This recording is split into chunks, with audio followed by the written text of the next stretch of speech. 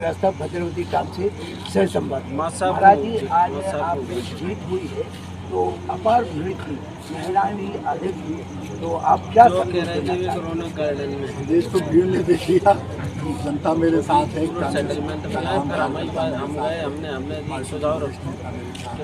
अच्छा लगा, मैं अकेला नहीं जीता हूँ, पार्टी आज आपके सभी प्रदेश पदाधिकारी आए थे, जैसे प्रदेश अध्यक्ष हैं और विपक्ष के भी आए थे, तो आपका जनता के साथ ज़्यादा संपर्क रहा, भीड़ भी अधिक रही। अब आपका चुनाव अगला क्या रहेगा? 28 का चुनाव न्योड़ा से लड़ेंगे कि आप ऐसा है क्या अभी तो नहीं कह सकते, क्योंकि पार्टी जो आ गई आज की तारीख में मैं आपको बता दूँ, कितनी ही सेवा में बिल्कुल बराबर, खासतौर से ये चुनाव जीतने के बाद सेवा में और बढ़ेगी आप लोगों को। लेकिन नहीं, दतिया की जनता ने मुझे चुना है, दतिया के विधायक को धन्यवाद, आगे जो पार्टी बहुत बहुत धन्यवाद। और इसके साथ साथ बसई क्षेत्र से सत्येंद्र खरे भी है, आए हैं आज, तो उनसे भी हम संपर्क करते हैं। बताइए, आप बसई से थोड़ा सा आपका जनता का मत कम रहा, क्या वजह थी? क्योंकि वो एक टापू है, उत्तर प्रदेश मध्य प्रदेश शिवपुरी जिले से घिरा हुआ, तो वहाँ के उत्तर प्रदेश के नेताओं और उन्होंने जो वहाँ जो पैसा, शराब और दवाओं की राजनीति अचानक से बनाई। पुराने हमारे ही साथी थे, पहले हम लोगों के लिए काम कर रहे थे, और अचानक से उनका हृदय परिवर्तित हो गया, इस कारण वहाँ थोड़ी सी कमी रह गई, और इसको हम आगे पूर्ति करेंगे। लेकिन हर्ष उल्लास की बात यह है कि हमने शासन से जो चुनाव लड़के और दतिया की जनता ने एक ऐतिहासिक विजयश्री हमको प्रदान की, और अब आदरणीय कुंवर साहब की प्रशंसा सब करते हैं। कुंवर साहब को जो दायित्व तो मिला है उन्हें दतिया की सेवा करने का, तो इस दतिया की नहीं, दतिया जिले की शांति, सद्भावना, प्रेम की भावना, एकता, अखंडता के लिए और जनहित के जो कार्य हैं, जनहित की जो समस्याएं हैं, उनके लिए संघर्ष करेंगे, और प्रगति और विकास दतिया का इतना होगा कि कीर्तिमान स्थापित होगा। हम अपने शीर्ष नेतृत्व के प्रति, दतिया क्षेत्र की जनता के प्रति बहुत हृदय से आभार प्रकट करते हैं, और दतिया का जो शंखनाद जो शुरू हुआ है वो भोपाल होते हुए दिल्ली तक जाएगा, और प्रदेश में और देश में हमारी सरकार बनेगी। इस देश के प्रधानमंत्री राहुल गांधी जी बनेंगे, और मध्य प्रदेश में जो है कांग्रेस की सत्ता में वापसी होगी। हम हृदय से सबका जो है, आप सबका भी, मीडिया का भी, प्रशासन का भी, सबका और जनता का हृदय से आभार प्रकट करते हैं।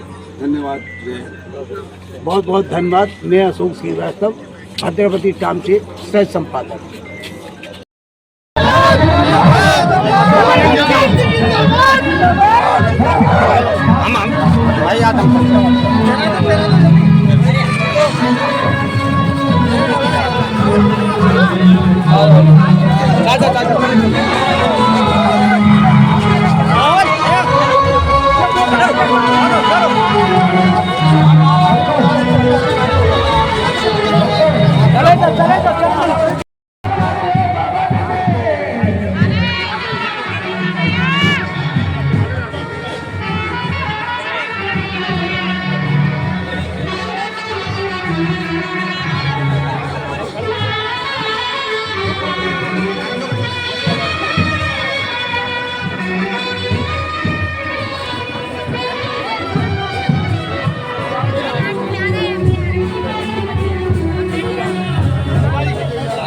भाई